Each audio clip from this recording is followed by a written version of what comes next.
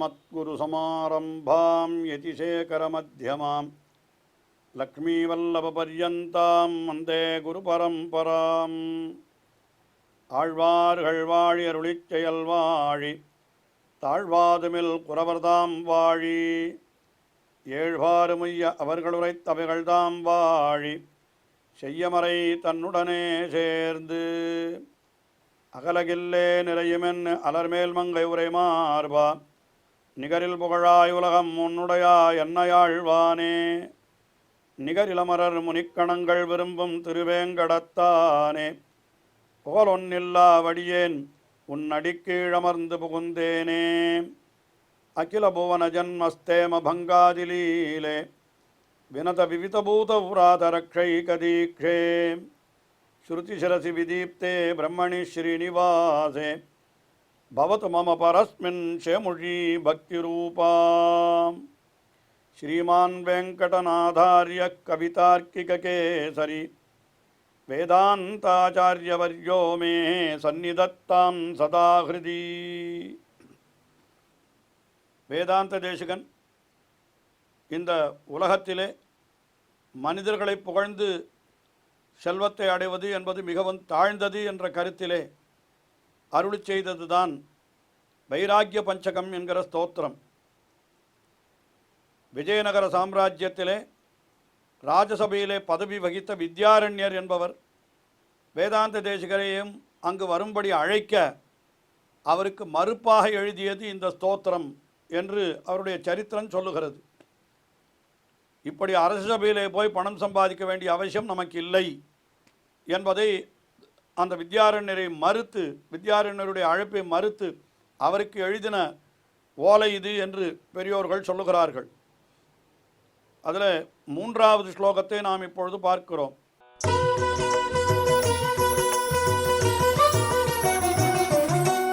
துரீஸ்வர துவாரபகிர் விதர்த்திகா துராசிகாயை ரச்சிதோயமஞ்சலிஹி யதஞ்சனாபம் நிரபாயமஸ்திமே தனஞ்சயஸ்யந்தனபூஷணம் தனம். என்ன சொல்லுகிறார்? எனக்கு பெரிய செல்வம் இருக்கிறது. எந்த செல்வம் என்னால் பகவானாகிற செல்வம். அதை விட்டு துரீஸ்வர துவார பகிர் விதர்த்திகா என்னால் துரீஸ்வரன் என்னால் இந்த உலகத்தை எல்லாம் ஆளுகின்ற அரசர்கள், அதாவது கர்வம் அற்பமான அரசர்கள், கர்வம் பிடித்த அரசர்கள், அவர்களுடைய துவார பகிஹி அந்த வாசலுக்கு வெளியிலே விதர்த்திகா அங்கே இடத்துல ஒரு திண்ணை, வெளியில் ஒரு திண்ணை போட்டிருப்பாளாம் அரண்மனைக்கு வெளியில். அந்த திண்ணையில் போய் துராசிகாயை மிகவும் இழிவாக அங்கே அமர்ந்திருக்க வேண்டும். எப்பொழுது அரசன் நம்மை கூப்பிடுவான் என்று காத்து கொண்டு அந்த அரண்மனைக்கு, அரசனுடைய அரண்மனைக்கு வெளியிலே இருக்கக்கூடிய திண்ணையிலே அந்த அமர்ந்து இப்படி போதை போக்குவது இருக்கிறதே, இந்த காரியத்திற்கு ரச்சிதோயம் அஞ்சலிஹி, இதற்கு ஒரு கும்பிடு என்கிறார். இதற்கு நான் அஞ்சலி செய்கிறேன் என்னால் அர்த்தம். இந்த ராஜாவினுடைய வாசல் திண்ணையில் போய் இழிவாக உட்காண்டிருக்கிற காரியத்திற்கு ஒரு கும்பிடு எனக்கு வேண்டவே வேண்டாமது என்றார். ஆனால் செல்வத்திற்கு என்ன செய்வீர் என்று கேட்டால், எனக்கு ஒரு செல்வம் இருக்கிறது. எது அது என்னால் அஞ்சனாபம். அஞ்சனாபம் என்னால் மை போன்ற கரிய நிறத்தை உடையது. செல்வம் பளபளப்பாக இருக்கும், ஆனால் என்னுடைய செல்வம் கரிய நிறத்தை உடையதாக இருக்கிறது. நிரபாயம், அந்த செல்வம் இருக்கிறதே நமக்கு அபாயத்தை விளைக்கும். ஆனால் நான் சொல்லுகிற செல்வம் நிரபாயம், ஒருபோதும் அபாயத்தை விளைக்காது, நன்மையே பயக்கும். அது எதுனா தனஞ்சய சந்தனபூஷணம் தனம். தனஞ்சயன் என்று எல்லா செல்வங்களையும் ஜெயித்தவனான அர்ஜுனன், அந்த அர்ஜுனனுடைய தேரையும் அலங்கரித்த ஒரு செல்வம். அப்படின்னா என்ன அர்த்தம்? பார்த்த சாரதி. பார்த்த சாரதி எனக்கு இருக்கிற பொழுது வேற என்ன செல்வம் வேண்டும் என்று சொல்லுகிற தனஞ்சய சந்தனபூஷணம் தனம் அஸ்திமே. அப்படிப்பட்ட செல்வம் என்றோ எனக்கு இருக்கிறது. எனக்கு எதற்கு இன்னொருத்தர் இடத்துல போய் அப்படி உட்காந்து பணத்தை சம்பாதிக்க வேண்டிய அவசியம் என்று, எனக்கு பார்த்தசாரதி பெருமாளாகிற செல்வமே போதும் என்று இந்த ஸ்லோகத்திலே மிக அற்புதமாக சாதிக்கிறார். அடுத்தபடியாக 4வது ஸ்லோகம், அதிலும் இதே கருத்தை சற்று வேறு விதமாக தெரிவிக்கிறார்.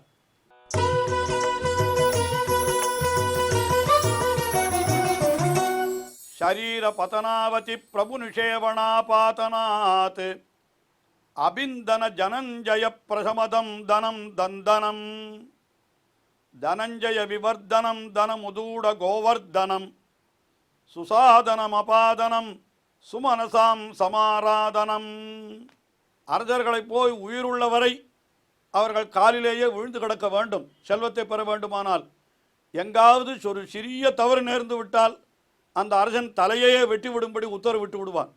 இப்படித்தான் உலகத்திலே எல்லாரும் வயிற்றை கழுவுகிறார்கள். அதை சொல்லுகிறார். என்ன சொல்கிறார் இந்த இடத்துல? என்னால் அந்த ஷரீர பதனாவதி பிரபு நிஷேவணா பாத்தனாத்து. ஷரீர பதனாவதி, இந்த சரீரம் கீழே விழுகின்ற வரை என்ன பண்ணணும்? பிரபுக்களை போய் அவனுடைய காலில் விழுந்து அவனுடைய காலிலேயே கிடக்க வேண்டும்.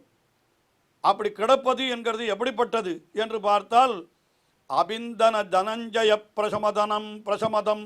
இப்படி செய்து நம்முடைய அந்த ஜாட்டராக்கினி வயிற்றிலே கொழுந்து விட்டு எரிகின்ற பசியாகிற நெருப்பு இருக்கிறதே, அதை தணிப்பதற்காக இந்த காரியத்தை செய்கிறோமே. இந்த பிரசமதம் தனம், இந்த வயிற்றில் இருக்கிற நெருப்பை தணிக்கின்ற அந்த தனம் இருக்கிறதே. எந்த தனம்? அரசர்களுடைய காலிலே ஆயுள் உள்ளவரை விழுந்து கிடந்து பெறுகின்ற தனம். அது எப்படிப்பட்ட தனம்? என்னால் தந்தனம், என்னால் அது மிகவும் வீணான தனம் என்கிறார். அது தந்தனம், என்னால் அது தாழ்ந்த தனம். அது வேண்டவே வேண்டாம் எனக்கு. பின் எனக்கு எந்த தனம் உண்டு என்று சொன்னால் தனஞ்சய விவர்தனம் தனம்.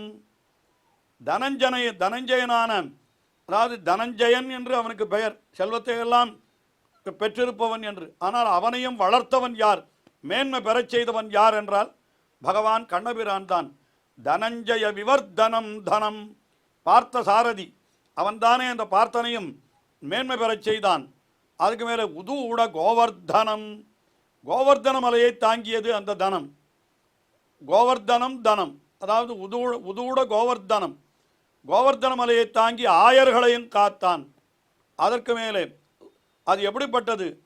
சுமனசாம் சமாராதனம், நல்ல மனமுடையவர்களுக்கு அது சந்தோஷத்தை தருவது, நல்ல மகிழ்ச்சியை தரக்கூடியது. அப்படிப்பட்டது தனம். அது எப்படிப்பட்ட தனம் என்னால் சுசாதனம் தனம். சுசாதனம் என்னால்னா நல்ல எப்பயனுக்கும் சிறந்த சாதனமாக இருக்கக்கூடியது. பகவானே உபாயம் என்று கொண்டால் அதை விட சிறந்த வழி வேறு கிடையாது என்கிறபடினாலே சுசாதனம் தனம். அதுக்கு மேலே அது எப்படிப்பட்டது என்னால் அபாதனம் தனம், அழியாத செல்வம். அது எப்பேற்பட்ட அரசனிடத்திலே நாம் செல்வத்தை எவ்வளவு பெற்று போனாலும் சரி, நம்ம ஆழ்வார் அதைத்தான் கேட்கிறார். என்னாவது எத்தனை நாளைக்கு போதும் புலவீர்கள், மன்னா மனுஷரை பாடி படைக்கும் பெரும் பொருள் என்று கேட்கிறார். அதனால் எனக்கு அந்த செல்வம் வேண்டவே வேண்டாம். எனக்கு தனியான செல்வம் இருக்கிறது. என்ன செல்வம் அது? தனஞ்சய விவர்தனம் தனம். தனஞ்சயனான அர்ஜுனனை மேன்மை பெறச் செய்த தனம் இருக்கிறதே, ஆயர்களையெல்லாம் காத்த தனம் கோவர்தனம் தனம். சுசாதனம், அபாதனம், சுமனசாம் சமாராதனம் என்று இப்படிப்பட்ட தனம் எனக்கு இருக்கிற பொழுது எனக்கு எதற்கு இந்த தனம் எல்லாம் என்று இப்படி மிக அற்புதமாக இந்த ஸ்லோகத்தில் அருளி செய்கிறார். அதிலும் முக்கியமாக இந்த ஸ்லோகத்தில் பார்த்தால் இந்த தனம் என்கிற சொல்லை மட்டும் 11 தடவை உபயோகித்திருக்கிறார் இந்த ஸ்லோகத்திலே வேதாந்த தேசிகன். 11 தடவை இந்த தனம் என்கிற சொல்லை உபயோகப்படுத்தியிருக்கிறார். ஆஹா, ஒரு தடவைக்கு 10 தடவை சொன்னாலாவது இந்த மனிதர்களுக்கு புரிகிறதா என்று பார்ப்போம் என்று 10 தடவை 11 தடவை அதை சொல்லுகிறார், நம்மை பார்த்து சொல்லுகிறார். முடிவாக அவர் சொன்ன வார்த்தை மிக உயர்ந்த வார்த்தை. அதையும் ஒரு ஸ்லோகமாகவே காட்டியிருக்கிறார். அந்த ஸ்லோகத்தையும் பார்ப்போம்.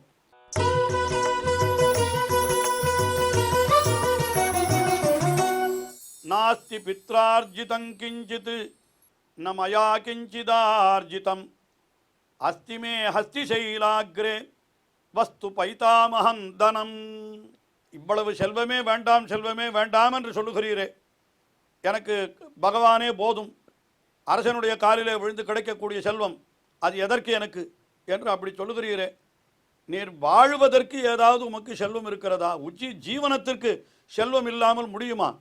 ஆழ்வார் கூட பெருஞ்செல்வன் நெருப்பாக என்று தான் சொன்னார். ஆனால் அப்படி சொன்ன ஆழ்வாரும் மற்றொரு இடத்துல என்ன சொல்லியிருக்கிறார்? உலகில் ஏந்து பெரும் செல்வத்தராய் திருமால் அடியார்களை பூசிக்க நோத்தார்களே என்று இந்த 10 பாட்டை கற்பவர்கள் உலகில் ஏந்து பெரும் செல்வத்தராய் மிகவும் செல்வம் படைத்தவர்களாய் இருப்பார்கள் என்றெல்லாம் சொன்னார் அவர். ஆண்டாள் கூட என்ன சொன்னாள்? திருப்பாவிலே பலன் சொல்லுகிற பொழுது நீங்காத செல்வம் நிறைந்து என்றெல்லாம் சொன்னாளே. அப்போ செல்வம் வேண்டுமே என்னால் உடனே இவர் என்ன சொல்லுகிறார்? எனக்கு வேண்டிய செல்வம் இருக்கிறது. செல்வம் எங்கே இருக்கிறதுன்னா, சாதாரணமாக செல்வங்கள்லாம் எங்கே இருக்குன்னு தெரியுமோ? மலையினுடைய உச்சியிலே இருக்கும்னு சொல்லுவார்கள். ஏன்னா மலை மேலே நிதி இருக்கிறது, கடலுக்குள்ளே நிதி இருக்கிறது என்று சொல்லுவது வழக்கம். என்னுடைய நிதி எங்கே இருக்குது தெரியுமா? ஒரு மலையினுடைய உச்சியிலே பாதுகாப்பாக இருக்கிறதுன்னு சொன்னார். அது எந்த செல்வம் என்று கேட்டால் சொல்லுகிறார் பாருங்க, நாஸ்தி பித்ரார்ஜிதம் கிஞ்சித்து, என் தகப்பனார் சம்பாதிக்கவில்லை, என்னுடைய தகப்பனாராலே சம்பாதிக்கப்பட்ட பணம் எனக்கு கிடையாது. நம் அயா கிஞ்சிதா அர்ஜிதம், என்னாலேயும் பணம் எதுவும் சம்பாதிக்கப்படவில்லை, நானும் செல்வத்தை சம்பாதிக்கவில்லை. இருந்தாலும் எனக்கு செல்வம் இருக்கிறது. எங்கே இருக்கிறது? ஹஸ்தி அஸ்தி அஸ்தி சைலாகிரே அஸ்தி. ஹஸ்தி சைலாகிரம் என்னால் அத்திகிரி என்று சொல்லப்படுகின்ற மலை இருக்கிறதே காஞ்சிபுரத்திலே, அதனுடைய உச்சியிலே ஒரு செல்வம் இருக்கிறது. அந்த செல்வம் யார் சம்பாதித்த சொத்து தெரியுமா? பைதாமகம் வஸ்து தனம். பைதாமகன் தனம் வஸ்து, பிதாமகர் சம்பாதித்த சொத்து அது இருக்கிறது, எனக்கு அது போதும் என்று சொல்லுகிறார். அதாவது இதுக்கு பல பொருள்கள் சொல்லலாம். பிதாமகர் சம்பாதித்தது என்று சொன்னால் என்ன அர்த்தம்? பிரம்மா நான்முகன் அவர்தான் அஸ்வமேத யாகம் பண்ணி அந்த வரதராஜ பெருமான் தேவாதிராஜன் அந்த எம்பெருமானை அவர் பிரத்யக்ஷீகரித்தார், அவருக்கு பிரத்யக்ஷமானார். ஆஹா, பிரம்மாவாலே பெறப்பட்ட பெருமாள் என்று அந்த வரதராஜ பெருமாளுக்கு ஒரு பெருமை உண்டு. காஞ்சிபுரத்தில் அஸ்திகிரி மலை மேலே எழுந்தருள் இருக்கிற எம்பெருமானுக்கு. ஆகையினாலே பைதாமகம் தனம் என்று பிதாமகர் என்று சொல்லுவது பொதுவாக பிரம்மாவை பிதாமகர் என்று சொல்லுவார்கள், நான்முகனை. அப்போ நான்முகன் பிதாமகன் என்னால் அந்த பைதாமகன் தனம், அந்த பிதாமகனாலே சம்பாதிக்கப்பட்ட தனம், அது எனக்கு அந்த காஞ்சிபுரத்திலே அத்திகிரி மலை மேலே இருக்கிறது என்று வேதாந்த தேசிகன் அருளி செய்கிறார் என்று அதை பார்க்கிறோம். இது சாதாரணமாக நமக்கு தெரியக்கூடிய அர்த்தம்தான். ஆனால் இந்த ஸ்லோகத்திலே இன்னொரு மிகவும் சுவாரஸ்யமான விஷயம் ஒன்று இருக்கிறது. என்ன விஷயம் என்றால், செல்வத்தை மிகவும் நாமே சம்பாதிப்பது என்று உழைக்க தொடங்கினோமானால் மிகவும் கஷ்டப்பட்டுத்தான் செல்வத்தை சம்பாதிக்க முடியும். அதுவும் நம்ம செல்வத்தை சம்பாதிப்பதற்கு நம்முடைய இளமை பருவமெல்லாம் செலவழிந்து விடும். அதற்கு மேலே அந்த செல்வத்தை அனுபவிக்க வேண்டும் என்று தொடங்குகிற பொழுதோ நமக்கு முதுமை வந்து அந்த செல்வத்தை அனுபவிக்க முடியாமலே போய்விடும். ஆயினாலே நாம் சம்பாதித்த சொத்து என்றால் அது அனுபவிப்பது கொஞ்சம் கஷ்டம்தான். இரண்டாவது, நம்முடைய தகப்பனார் சம்பாதித்த சொத்து என்றால் என்ன என்று ஒரு கேள்வி எழுகிறது. தகப்பனார் சம்பாதித்த சொத்து அது கொஞ்சம் எளியது தான். ஆனால் அங்கும் ஒரு சின்ன தடை இருக்கிறது. என்ன தடை என்னால், தகப்பனாருக்கு அவர் சம்பாதித்த சொத்தாக இருந்தால் அதை அவர் யாருக்கு வேண்டுமானாலும் கொடுக்கலாம். தன்னுடைய பிள்ளைக்குத்தான் கொடுக்க வேண்டும் என்ற கட்டாயம் கிடையாது அவருக்கு. ஏன்னா அது சுயமார்ஜிதமாகினாலே அந்த தகப்பனார் இப்பொழுது இருக்கிற சட்டப்படி தான் சம்பாதித்த சொத்தை தகப்பனார் தன்னுடைய பிள்ளைக்கும் கொடுக்கலாம், தெருவில் போகிறவனுக்கும் கொடுக்கலாம், அவர் இஷ்டம் அது. அதனால் அது கிடைக்கலாம், கிடைக்காமலும் போகலாம். ஆனால் நம்முடைய பாட்டனாருடைய சொத்து என்று வைத்துக் கொள்ளுங்கள், அதாவது தகப்பனார் சம்பாதித்த சொத்து என்றால் அது நிச்சயமாக அதில் நமக்கு உரிமை இருந்தே தீரும். சட்ட பிரகாரம் தகப்பனார் சம்பாதித்த சொத்தில் கூட நமக்கு உரிமை கிடையாது. ஆனால் பாட்டனார் சம்பாதித்த சொத்தில் நமக்கு நிச்சயமாக ஒரு பங்கு உண்டு. நம்முடைய தகப்பனாரே கூட உனக்கு நான் பங்கு கொடுக்க மாட்டேன் என்று சொன்னால் நீ யார் கொடுப்பதற்கு? இது என் பாட்டன் சொத்து, அப்போ என்ன பண்ணணும், என் பங்கை எனக்கு கொடு என்று கேட்டு தகப்பனார் இடத்துல வழக்காடி பெற்றுக்கொள்ளலாம் என்று இப்பொழுது இருக்கக்கூடிய சட்டம் கூட சொல்லுகிறது. அப்படி பார்க்கிற பொழுதோ நாம் சம்பாதிக்கிற சொத்து அதை கஷ்டப்பட்டு சம்பாதிக்கணும். தகப்பனார் சம்பாதித்த சொத்து நமக்கு வருவதற்கு வாய்ப்பு உண்டு இல்லை என்று இரண்டுமே சொல்லலாம்.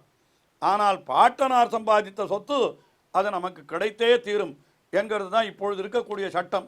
அது அப்படியே இந்த ஸ்லோகத்தில் சொல்கிறார் பாருங்க, நாஸ்தி பித்ரார்ஜிதம் கிஞ்சித்து, என் தகப்பனாருடைய சொத்து இல்லை, நமயா கிஞ்சிதா அர்ஜிதம், இது என்னுடைய சொத்தும் இல்லை, பின் யாருடைய சொத்து?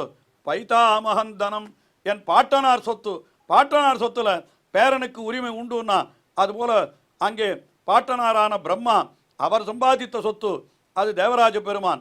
அந்த தேவராஜ பெருமானாகிற சொத்துல நம் எல்லோருக்கும் நிச்சயம் உரிமை உண்டு. அந்த சொத்து நமக்கு போதுமே.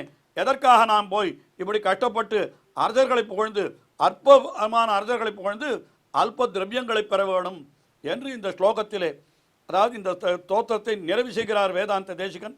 இப்படி சொல்லி நமக்கு சொத்து என்னால் எது சொத்து, அந்த பார்த்த சாரதியும் தேவராஜ பெருமானும் தான் சொத்து என்பதை இந்த ஸ்தோத்திரத்திலே ஒரு 2-3 ஸ்லோகங்களாலே, ஒரு இடத்துல ஒரு ஸ்லோகத்திலே சொல்லுகிற பொழுது அது என்ன சொன்னார், தனஞ்சய விவர்தனம் தனம் என்று சொன்னார். அது பார்த்தசாரதி தான் என்னுடைய சொத்து என்று. இங்கே பைதாமகன் தனம் என்று சொல்லுகிறார். அது பிரம்மா சம்பாதித்த சொத்து, அது வரதராஜ பெருமான். இப்படிப்பட்ட சொத்து இருக்கிற பொழுது இந்த அற்ப சொத்துக்காக நாம் அலையக்கூடாது என்கிற அற்புதமான கருத்தை வேதாந்த தேசிகன் தெரிவிக்கிறார். அதை நாம் பின்பற்ற வேண்டும் என்று கேட்டுக்கொண்டு தொடர்ந்து அனுபவிப்போம் என்றும் சொல்லிக் கொள்ளுகிறேன். ஸ்ரீயக்காந்தாய கல்யாண நிதையே நிதையேர்த்தினாம் ஸ்ரீவேங்கட நிவாசாய ஸ்ரீனிவாசாய மங்களம். ஸ்ரீமத் சுந்தர ஜாமாதிர் முனிமான சவாசினே சர்வலோக நிவாசாய ஸ்ரீனிவாசாய மங்களம்.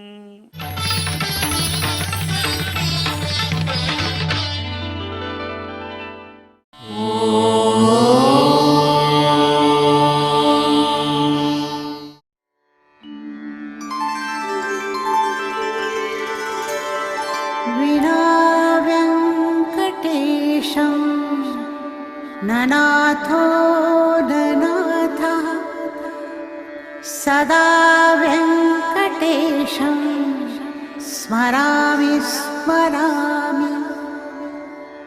हरे वेङ्कटेश प्रसीद प्रसीद. प्रियं वेङ्कटेश प्रयच्छ प्रयच्छ.